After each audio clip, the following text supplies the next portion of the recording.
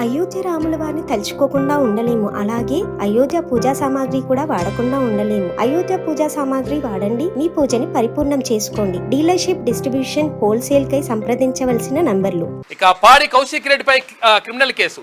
Collector విధులకు ఆటంకం కలిగించారని Karimnagar ZP CEO ఫిర్యాదు చేసిండ్రు. ఇక భారతీయ న్యాయ సంహిత యాక్ట్ కింద కేసు నమోదైన మొదటి ఎమ్మెల్యేగా కౌశిక్ రెడ్డి నిలిచిపోనున్నాడు.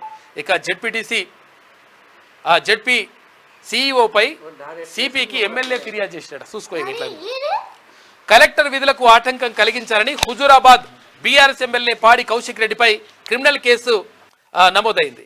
అయితే ఇక్కడ దేశంలో భారతీయ న్యాయ సంహిత యాక్ట్ కింద ఎఫ్ఐఆర్ నమోదైన మొదటి ఎమ్మెల్యే ఆయన. ఇక మంగళవారం కరీంనగర్ జెడ్పీ సర్వసభ్య సమావేశంలో జిల్లా కలెక్టర్ పమేలా సత్పతిని పాడి కౌశిక్ రెడ్డి అడ్డుకున్నారని, విధులకు ఆటంకం కలిగించారంటూ జెడ్పీ సిఇఓ శ్రీనివాస్ అదే రోజు రాత్రి కరీంనగర్ 1 టౌన్ పోలీస్ స్టేషన్లో ఫిర్యాదు చేసిండు. ఈ ఫిర్యాదు నేపథ్యంలో ఇక్కడ కేసు నమోదు చేసిండ్రంట.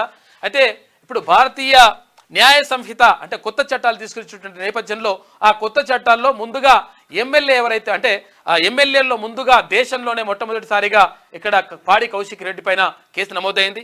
ఇప్పటికే ఈయన మీద అవినీతి ఆరోపణలు ఉన్నాయి. నేను అవినీతి ఏం చేయలేదని చెప్పేసి నెత్తిమే నీళ్ళు పోసుకొని ఇక తడి బట్టలతోటి ఇవన్నీ కూడా వేసిండు.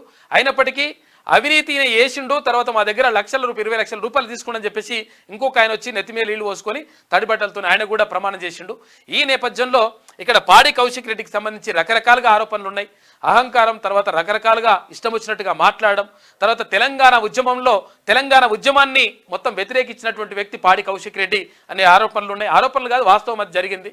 కాబట్టి ఇవన్నిటి నేపథ్యంలో మొత్తం అవన్నీ పక్కకు పెడితే ఇప్పుడైతే పాడి కౌశిక్ రెడ్డి పైన అంటే కలెక్టర్ విధులకు ఆటంకం కలిగించడం చెప్పేసి కేసు నమోదైపోయింది.